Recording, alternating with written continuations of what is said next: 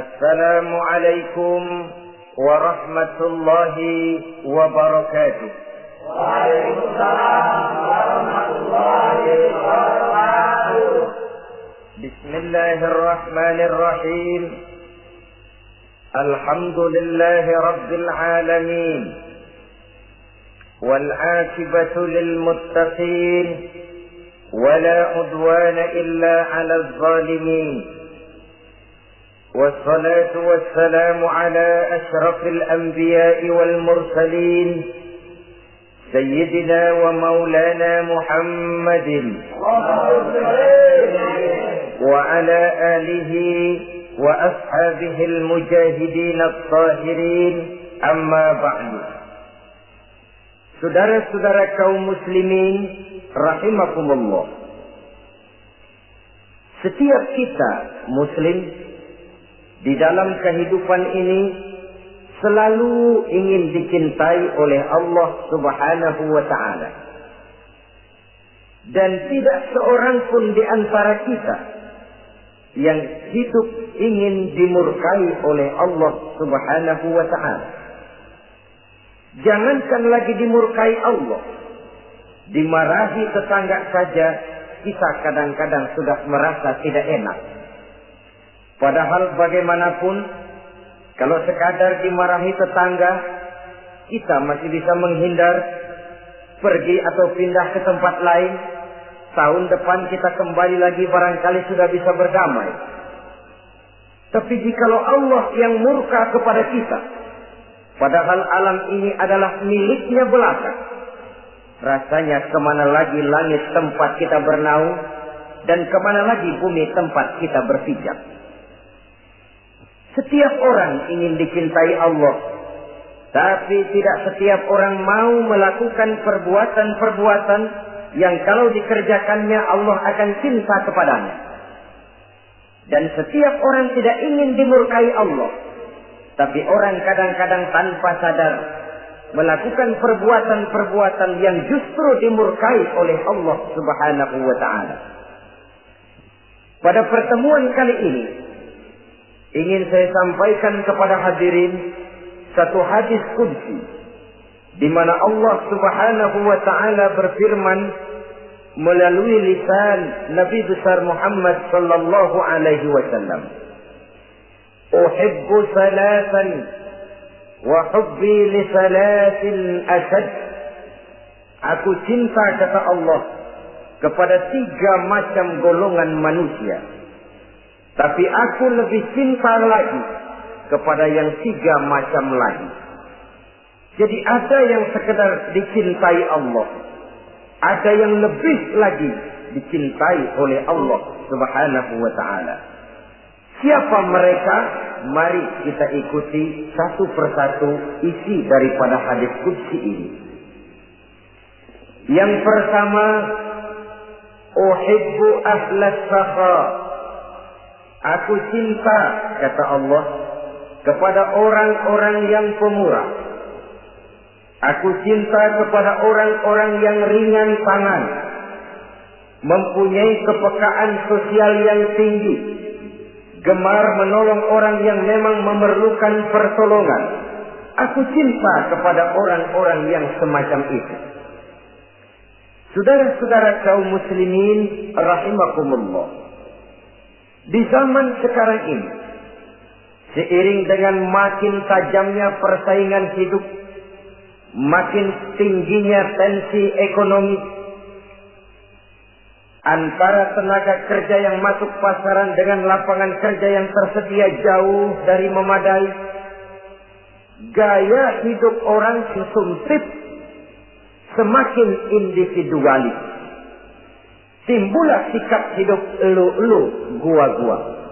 Kepekaan sosial mulai lentur dan luntur, tapi tidak terwujud di dalam kehidupan sehari-hari.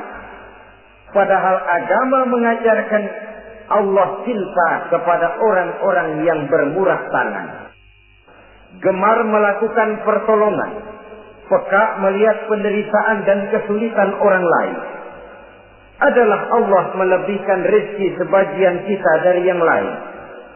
Dimaksudkan untuk saling tolong menolong, bahu-membahu, dan bantu-membantu. Sehingga dengan demikian, apa yang disabdakan Nabi dalam hadis, Ar-Rahimuna yarhamuhumur Rahman, irhamu ahlal ardi yarhamkum man fis sama. Orang-orang yang punya sifat belas kasih akan dikasihi oleh Allah Subhanahu wa ta'ala. Sayangi yang di permukaan bumi, nanti yang di langit akan sayang kepadamu, akan turun rahmatnya kepada kita bersama. Alangkah nikmatnya kehidupan ini, jikalau yang berkuasa menyayangi yang lemah lalu melindunginya, jikalau yang alim menyayangi yang awam lalu membimbingnya, jikalau yang kaya menyayangi yang miskin lalu mengulurkan tangan memberikan bantuannya, akan terciptalah rahmah dalam kehidupan. Tapi jikalau sebaliknya, yang berkuasa malah menindas dan menekan yang lemah, yang alim malah membodoh-bodohi yang memang sudah bodoh, sementara yang kaya menyantap yang miskin, akan terjadilah bala dan bencana dalam kehidupan. Bukan lagi rahmat yang turun, melainkan azab akan menimpa kita secara keseluruhan. Begitulah, terdapat tirai halus yang memisahkan kita dari konsep ajaran agama kita yang luhur. Agama mengajarkan yadul ulya khairun min yadi sufla, bahwa tangan di atas lebih baik daripada tangan yang di bawah. Orang yang memberi lebih baik daripada orang yang menerima.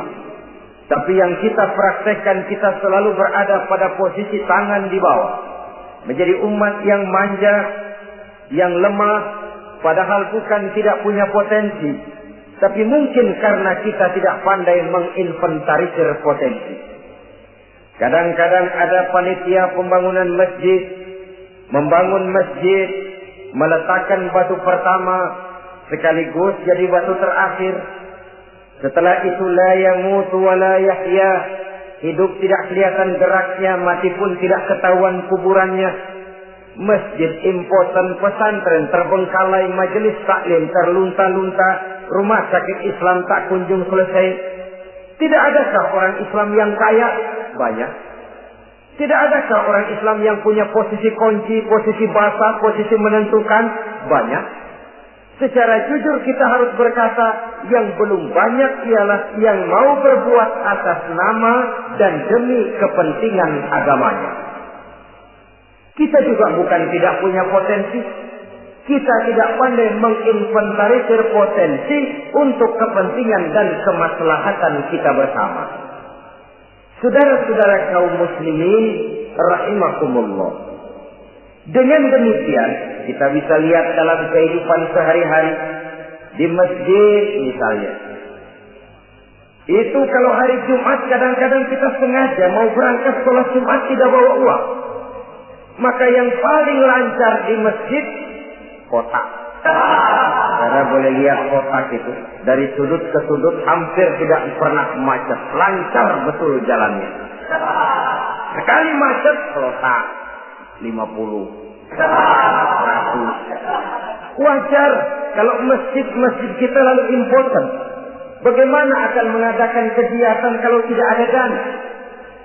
Oleh karena itu pada kesempatan ini saya ingin mengetik, berbahagialah kita jikalau oleh Allah Subhanahu wa ta'ala diberikan kepercayaan berupa titipan, wa mal malu wal banuna illa wadai', harta dan anak-anak tidak lain satu titipan dari Allah Subhanahu wa ta'ala.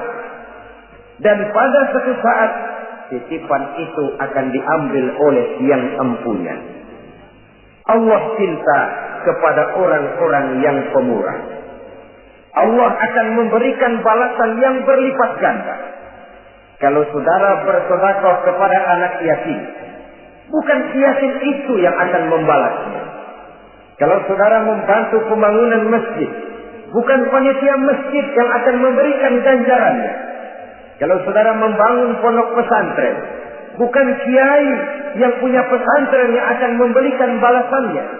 Allah Subhanahu wa ta'ala melalui jalan yang tidak kita sangka-sangka melalui jalan yang dalam istilah Quran disebut min haitsu la yahtasib, melalui jalan yang tidak pernah kita hitung, kita sangka sama sekali. Jalan gaib yang hanya Allah saja yang maha tahu. Sebaliknya, wa hubbi lil faqir as-sakhi asad, kata Allah. Aku cinta kepada orang-orang yang pemurah, tapi aku lebih cinta lagi kepada orang-orang miskin yang pemurah. Orang kaya pemurah, Allah cinta. Orang miskin pemurah, Allah lebih cinta. Kenapa?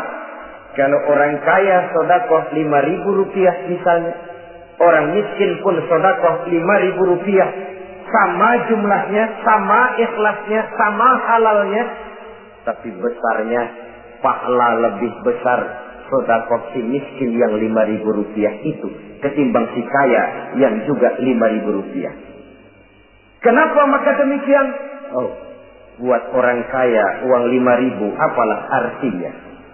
Tapi buat si miskin, untuk jumlah 5.000 itu dia harus peras keringat, banting tulang, pergi pagi, pulang sore, kaki jadi kepala, kepala jadi kaki. Tapi kok dia berani bersedekah sejumlah sedekahnya orang kaya. Ini yang dinilai oleh Allah Subhanahu wa ta'ala. Saudara-saudara kaum muslimin rahimakumullah, sifat inilah yang dahulu dicontohkan oleh baginda Rasul.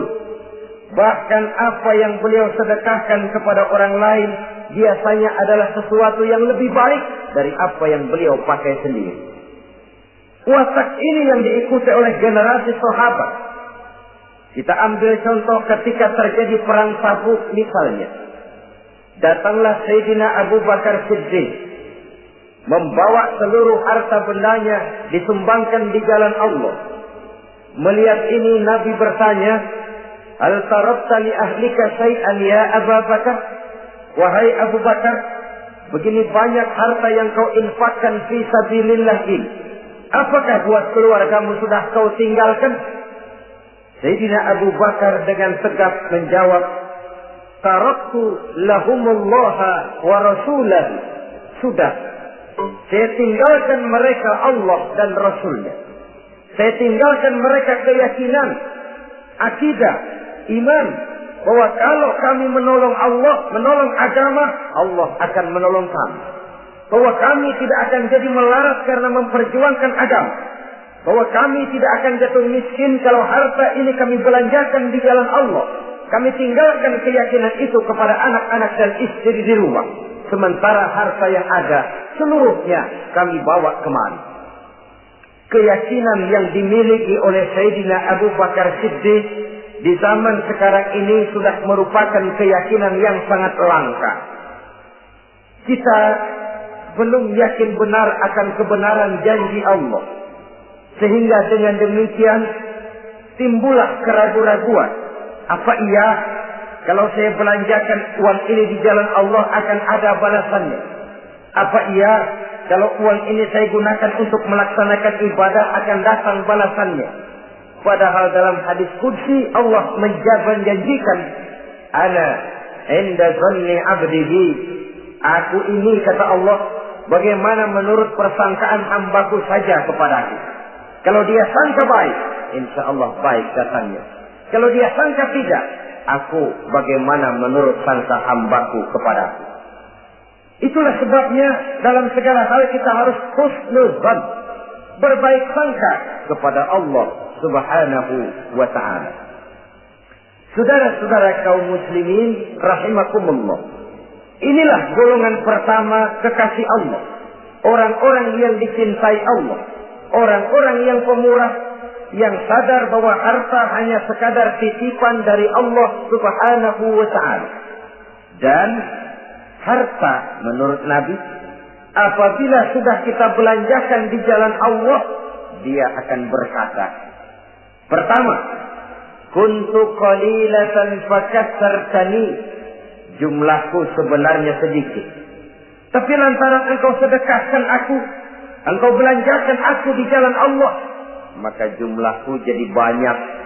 Kau sedekah 1000, dibalas 7000, dikali 10, dikali 100, masih ditambah wallahu yudha'ifu liman yasha. Allah melipat gandakan pahala kebajikan dari orang-orang yang dikehendakinya. Yang kedua, harta itu akan bicara lagi. Kuntu faniyatan fa'abqaitani. Aku ini sebenarnya fana, tidak kekal, berubah, relatif dan temporer, sirna oleh pergeseran masa dan pertukaran waktu. Tapi lantaran engkau sedekahkan aku, engkau belanjakan aku di jalan Allah, maka nilaiku jadi kekal, akan mendampingi engkau sampai di hadratullah azza wa jalla di akhirat nanti. Jadi harta yang kita tumpuk-tumpuk, yang kita sangka akan mengekalkan kita sampai tidak akan miskin 7 keturunan, dengan segala macam cara kita tempuh, dia bukan harta yang kekal. Yang kekal, yang kita belanjakan di jalan Allah subhanahu wa ta'ala. Itu milik kita yang benar-benar akan kita nikmati. Yang ketiga, harta itu akan berkata lagi, kunta harisi fal'ana sirtu harisaka. Dahulu kamulah yang menjaga saya, tapi sekarang setelah saya sedekahkan, setelah engkau sedekahkan aku, setelah engkau belanjakan aku di jalan Allah, bukan engkau lagi yang jaga aku, kata si harta, akulah yang akan menjagamu. Di dunia orang yang rajin sedekah, sedekahnya itu menolak bala, terhindar dari segala bencana dan musibah. Sementara di akhirat, sedekahnya itu akan menjadi dinding yang menjaga dia dari jilatan api neraka. Demikian harta yang sudah kita infakkan, kita belanjakan, kita sedekahkan di jalan Allah itu akan menjadi pejaga kita. Sehingga Nabi menyatakan, inna sadaqatal mar'il muslim tazidu fil umri wa tadfa'u mitatas su'i. Sesungguhnya sedekahnya seorang mukmin dapat menambah umur panjang dan menyelamatkan seseorang dari mati secara su'ul khatimah. Marilah kita melihat bahwa agama ini memerlukan kita, bahwa umat ini mengharapkan pengorbanan kita. Dengan segala kemampuan yang ada pada diri kita, mari kita menyadari bahwa harta kita yang benar-benar milik kita, sesungguhnya yang sudah kita belanjakan di jalan Allah subhanahu wa ta'ala. Saudara-saudara kaum muslimin rahimakumullah, inilah golongan pertama. Golongan yang kedua yang dicintai oleh Allah subhanahu wa ta'ala, uhibbul mutawadhi'in. Aku cinta, kata Allah, kepada orang-orang yang rendah hati, orang-orang yang membawa ilmu padi, makin berisi makin merunduk, makin di puncak makin sadar akan kelemahan dan keterbatasannya. Aku cinta kepada orang-orang yang rendah hati.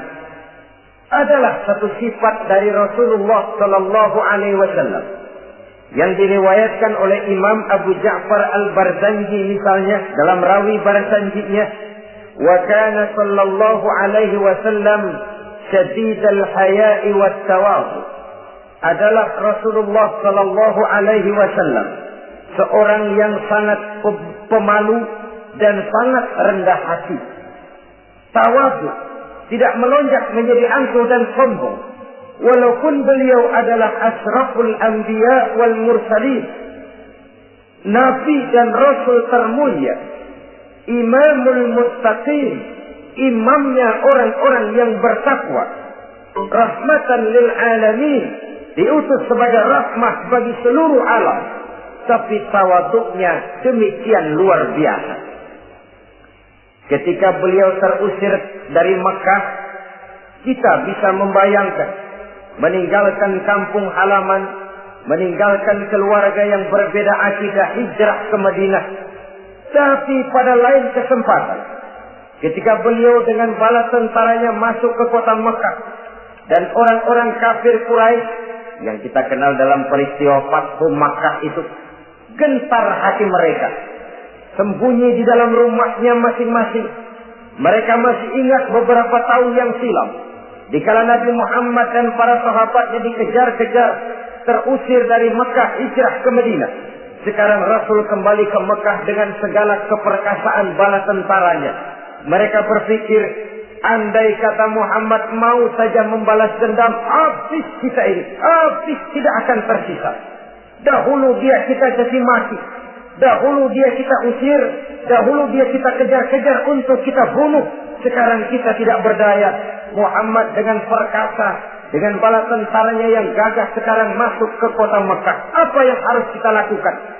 Mereka menunggu dan menunggu. Dan Nabi dengan gagah masuk ke kota Mekah bersama bala tentaranya. Apa ucapan yang pertama beliau lontarkan? Pembalasan dendam? Tidak. Mencari orang-orang yang dulu mengejar, memusuhi, mengancam akan membunuhnya? Tidak. Beliau tidak teriak-teriak, mana itu Abu Jahal? Mana itu Abu Lahab? Mana itu Abu Sufyan? Mana itu dulu orang-orang yang memusuhi saya dan sahabat saya? Ayo keluar kalau berani, ha? Tidak. Pidato ucapan pertama yang keluar dari bibir yang mulia itu sungguh di luar perkiraan kufar Quraisy. Apa jawab Nabi? Pidato Nabi, al-yauma yaumul marhamah. Tuan-tuan para Quraisy, tidak usah khawatir.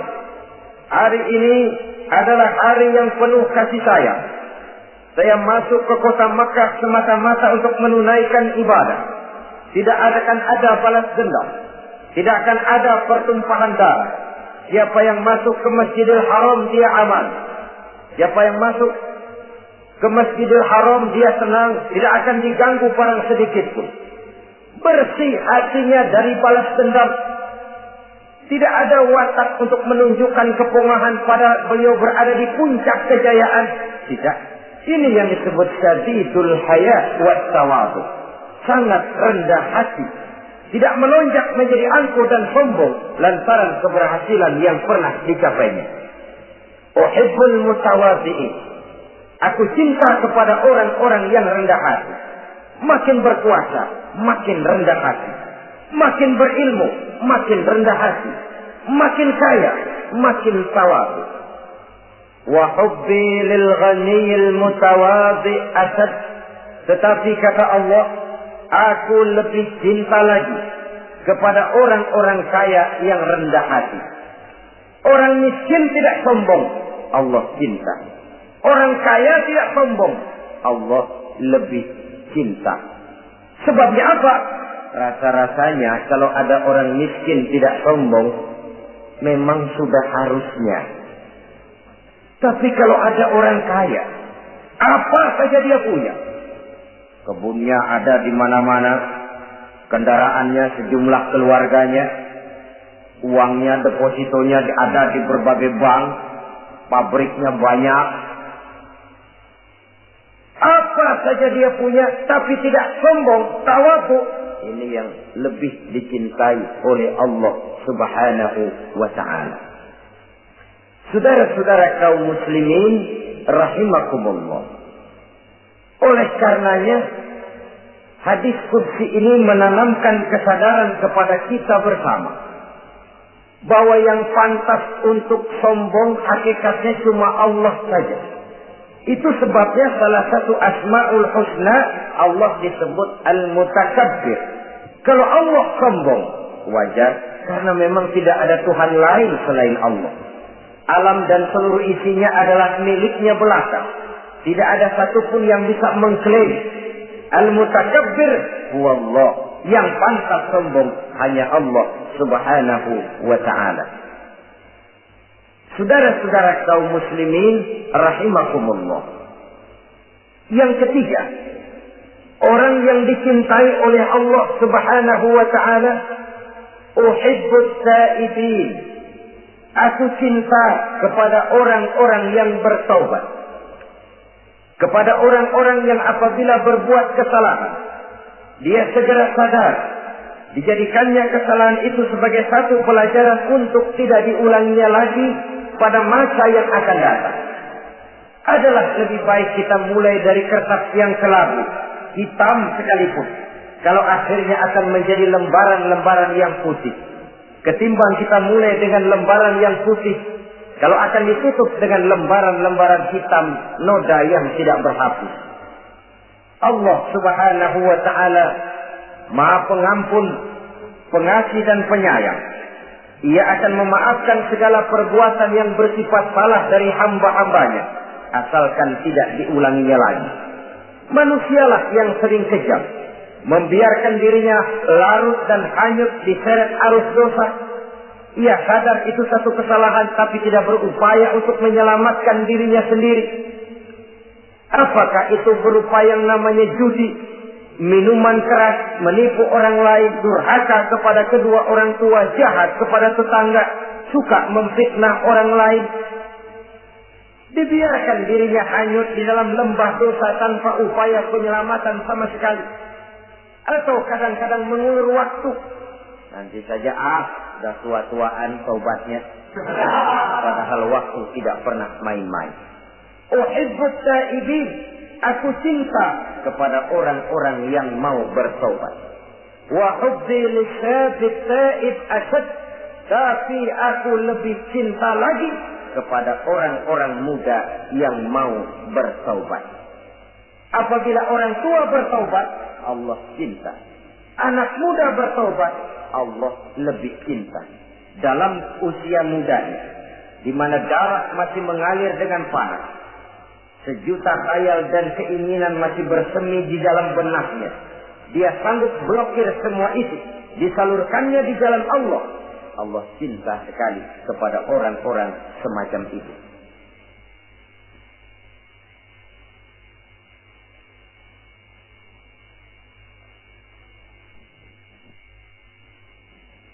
Saudara-saudara kaum muslimin rahimakumullah. Kalau tadi sudah saya jelaskan 3 golongan orang-orang yang dicintai Allah, yakni para kekasih Allah. Orang-orang yang pemurah, gemar memberikan pertolongan. Kemudian yang kedua, orang-orang yang rendah hati. Dan yang ketiga adalah orang-orang yang suka bertaubat. Maka kemudian hadis qudsi ini dilanjutkan oleh Allah Subhanahu wa ta'ala dengan menjelaskan lawanan dari 3 golongan tadi. Kalau 3 golongan tadi adalah orang-orang yang dicintai Allah, maka 3 golongan yang berikutnya adalah mereka yang dibenci, dimurkai oleh Allah Subhanahu wa ta'ala. Siapa mereka? Jumlahnya juga 3, lawanan dari yang 3 tadi pertama. Yang pertama, saudara-saudara, abghadul bukhala, aku benci, kata Allah, kepada orang-orang yang bakhil, orang yang kikir, orang yang diberikan amanah berupa harta, lalu tidak tersentuh hatinya melihat kesulitan dan penderitaan orang lain. Tetangganya meratap dan merintih kelaparan, sementara ia dengan senang berpangku tangan, padahal ada kelebihan rezekinya. Ia tahu kesulitan orang lain, tapi ia tidak berusaha mengulurkan tangan memberikan bantuan. Kenapa seseorang bisa terjebak ke dalam penyakit bakhil bin kikir alias pelit seperti ini? Oleh karena harta benda dunia itu sudah berakar kuat di hatinya. Tidak mau lepas lagi ia dari sana. Tidak mau berpisah ia dengan harta itu walau sedikit jua pun.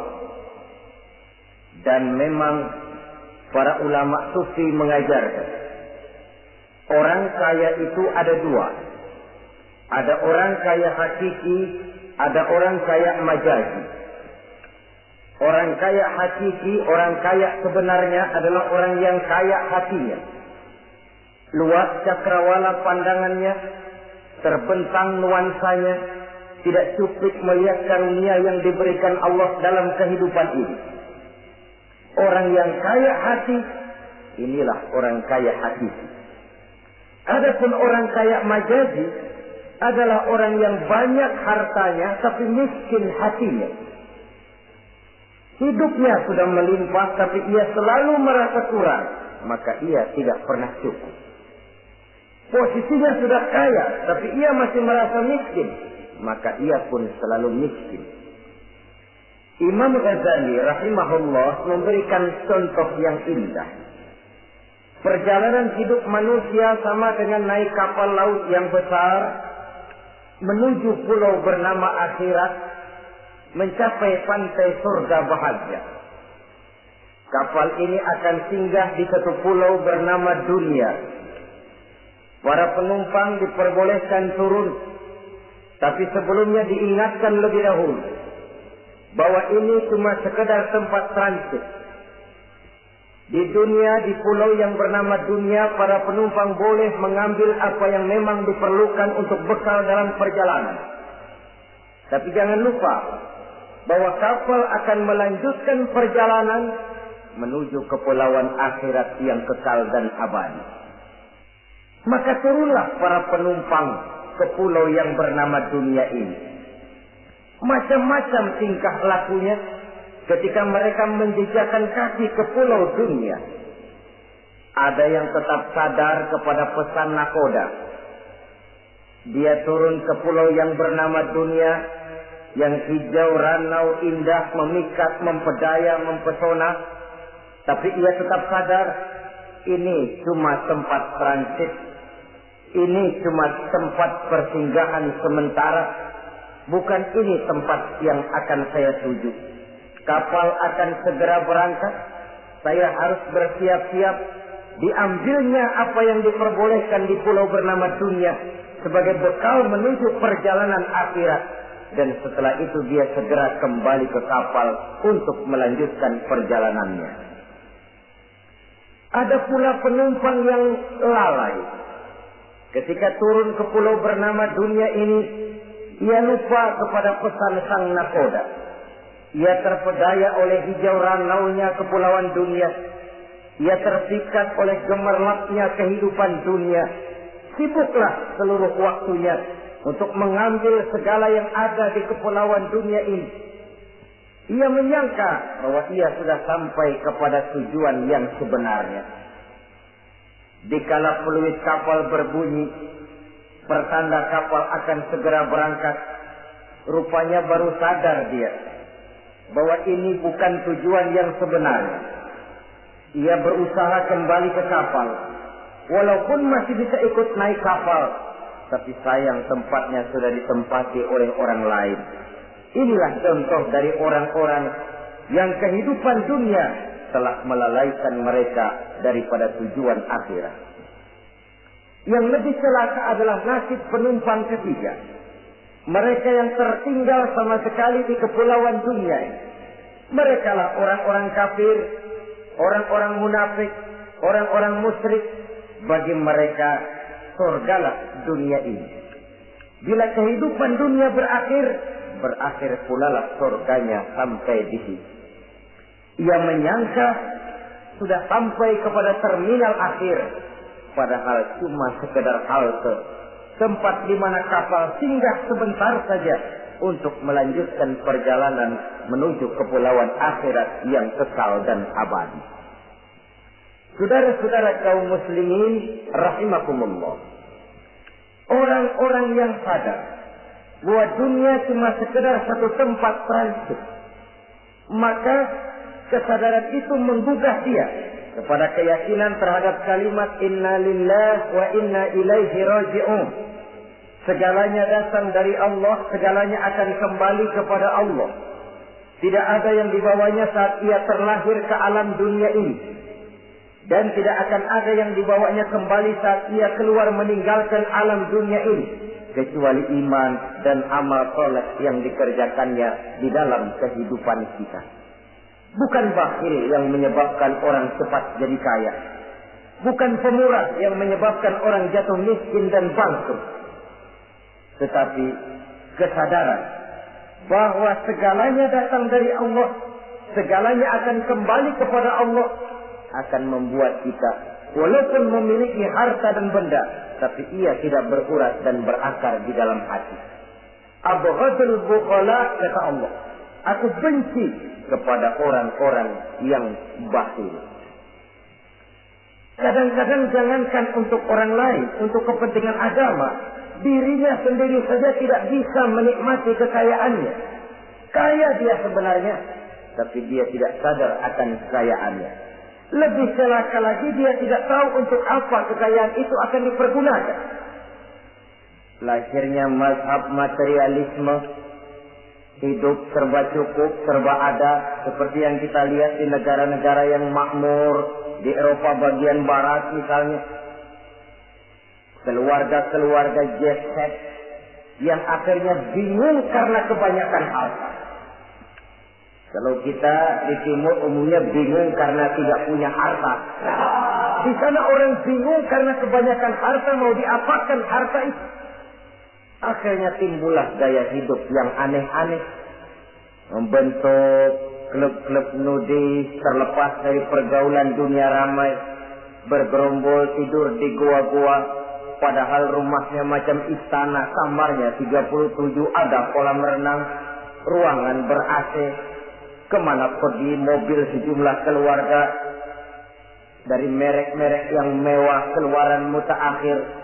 Tidak puas mobil punya kapal pesiar, kapal laut. Tidak cukup kapal laut punya kapal pesawat terbang pribadi. Apa yang dimau uangnya bisa bicara. Tapi akhirnya lalu sampai kepada titik jenuh. Sampai kepada yang namanya frozen emotional attitude.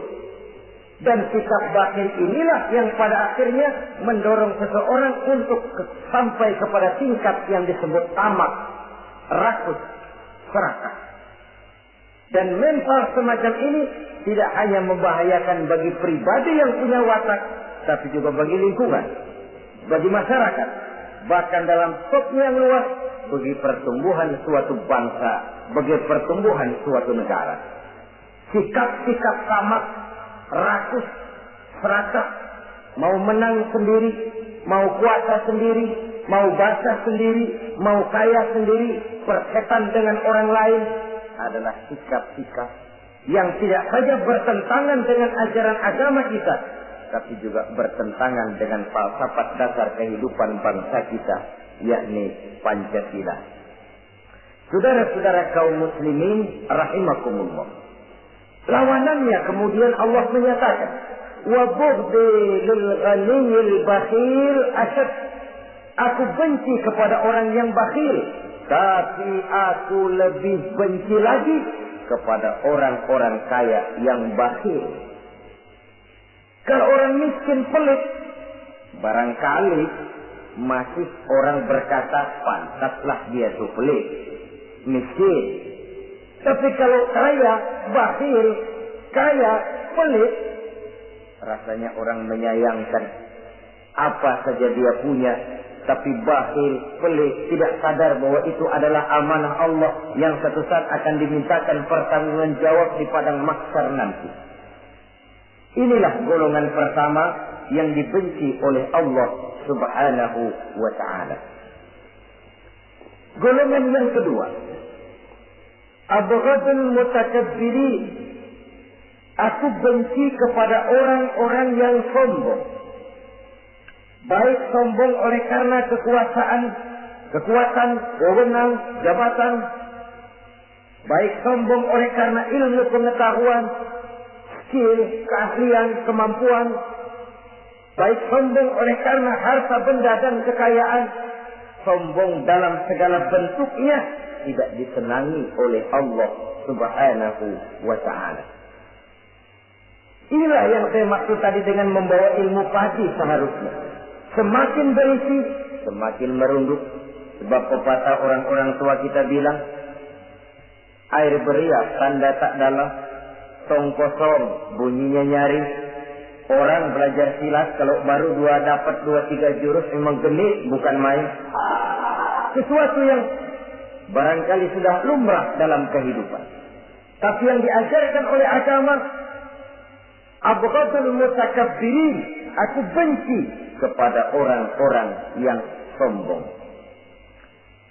Al-Quran syarat dengan contoh-contoh baik dari perjalanan sejarah, baik dari perjalanan para hidup para nabi dan para rasul, seluruhnya merupakan tampil, contoh dan ibarat bagi kita bersama. Fanzuru kaifa kana akibatul mukazzibin. Fanzuru kaifa kana akibatul mujrimin. Berjalanlah kamu di permukaan bumi, lihat bagaimana akibat yang diderita oleh para pendusta. Lihat bagaimana akibat yang diderita oleh para pembuat dosa, oleh orang-orang yang sombong, angkuh, congkak dan takabur. Mereka satu demi satu mengalami kehancuran, tenggelam di perut sejarah. Kurang apa Fir'aun? Kurang apa Raja Namrud? Kurang apa Raja Abrahat? Tentaranya gagah perkasa, kekuasaannya luas, istananya megah dan besar, pengawalnya gentayangan di mana-mana, intelnya selalu siap siaga menjaga keamanan.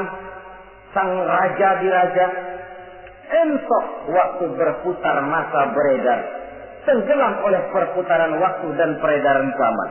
Tidak ada satu keabadian dalam kehidupan ini. Akankah kita melahirkan Fir'aun kelas baru? Namrud di zaman modern, Abrahat gaya kini, yang semakin berada di puncak kekuasaan semakin lupa diri dan lupa daratan, menjadi orang yang hanya mau benar sendiri, adil sendiri, makmur sendiri, tidak peduli menari di atas bangkai dan penderitaan orang lain. Akankah kita melahirkan korun gaya baru yang sombong oleh karena harta kekayaan yang berlipat ganda?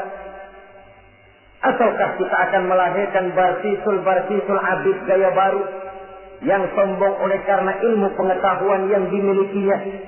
Marilah kita menyadari al-mutakabbir huwa Allah.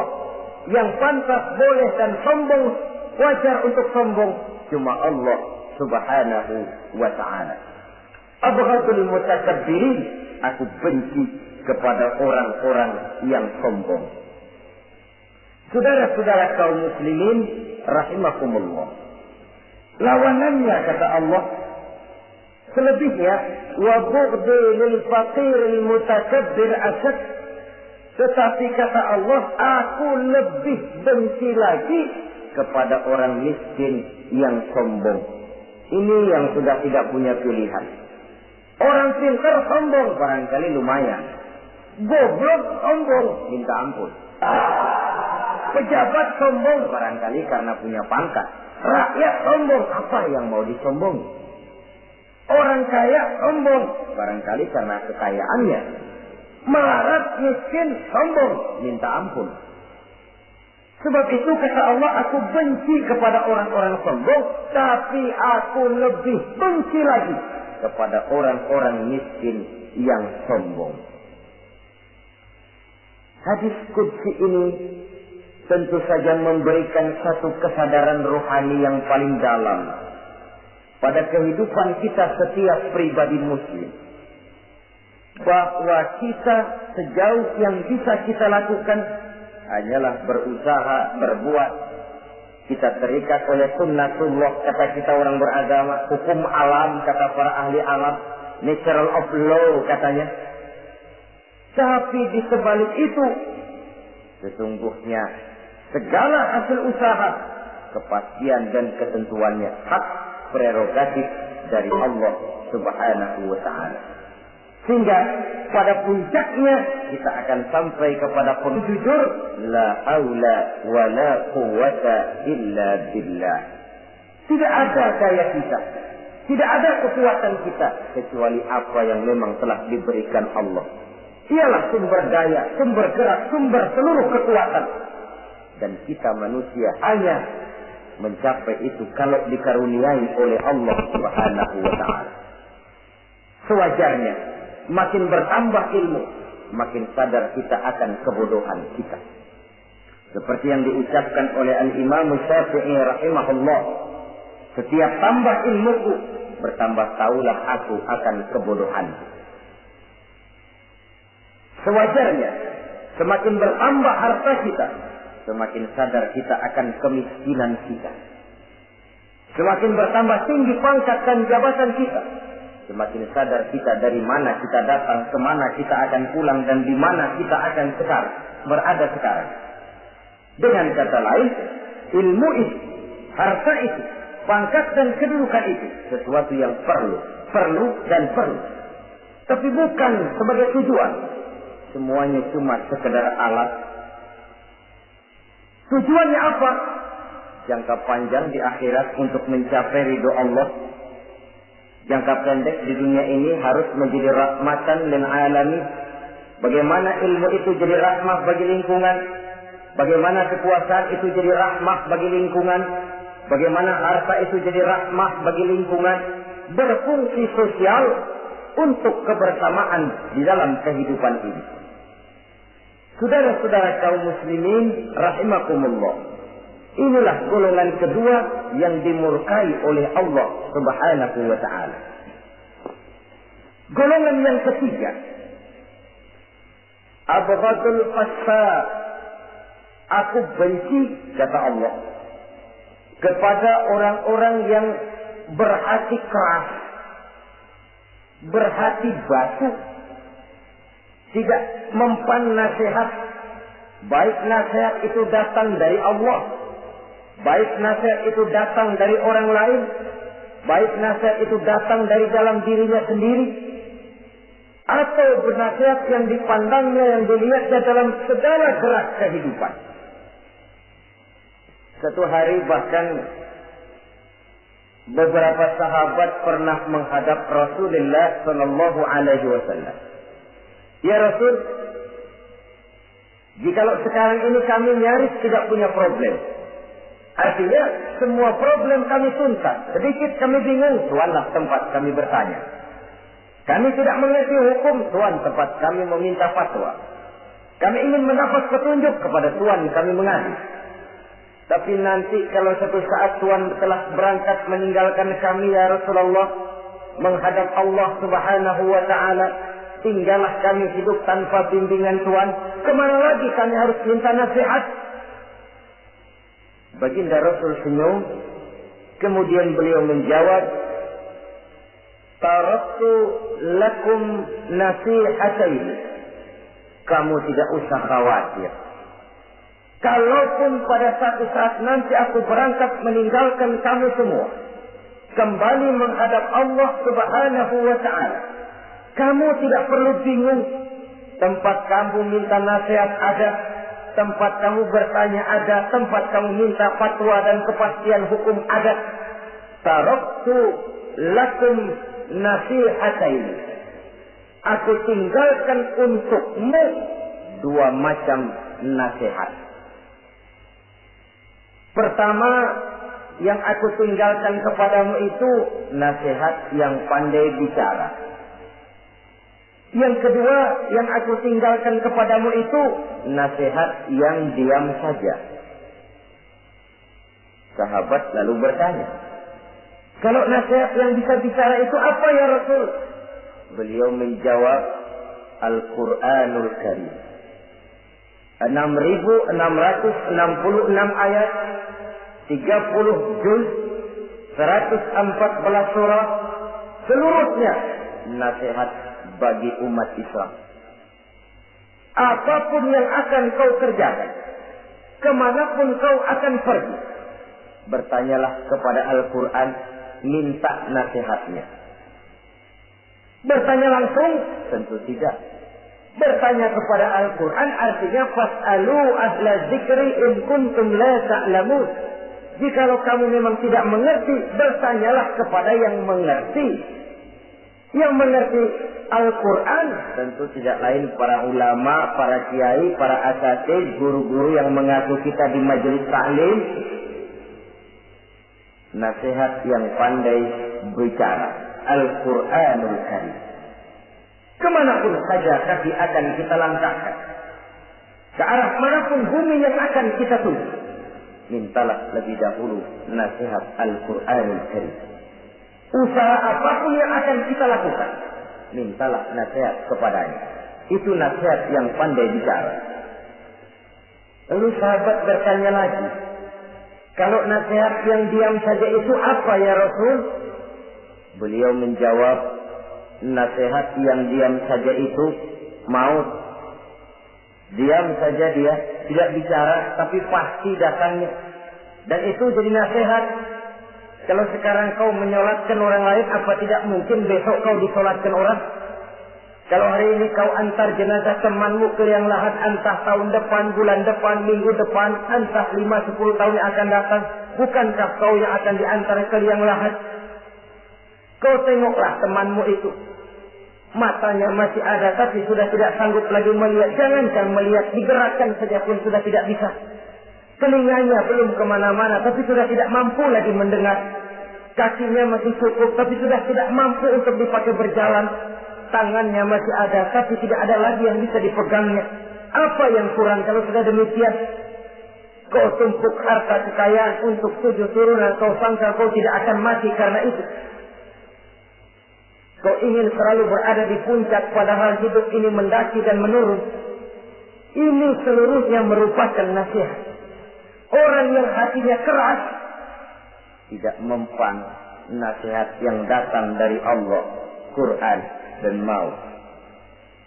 Nasihat yang datang dari orang lain, kadang-kadang diberikan nasihat, lebih pandai dia berkilah, lebih pandai dia berkelit, lebih pandai dia berjawab. Orang yang memberi nasihat baru bicara 1, dia sudah 10. Nasihat yang datang dari orang lain tidak juga bisa menyentuh hatinya.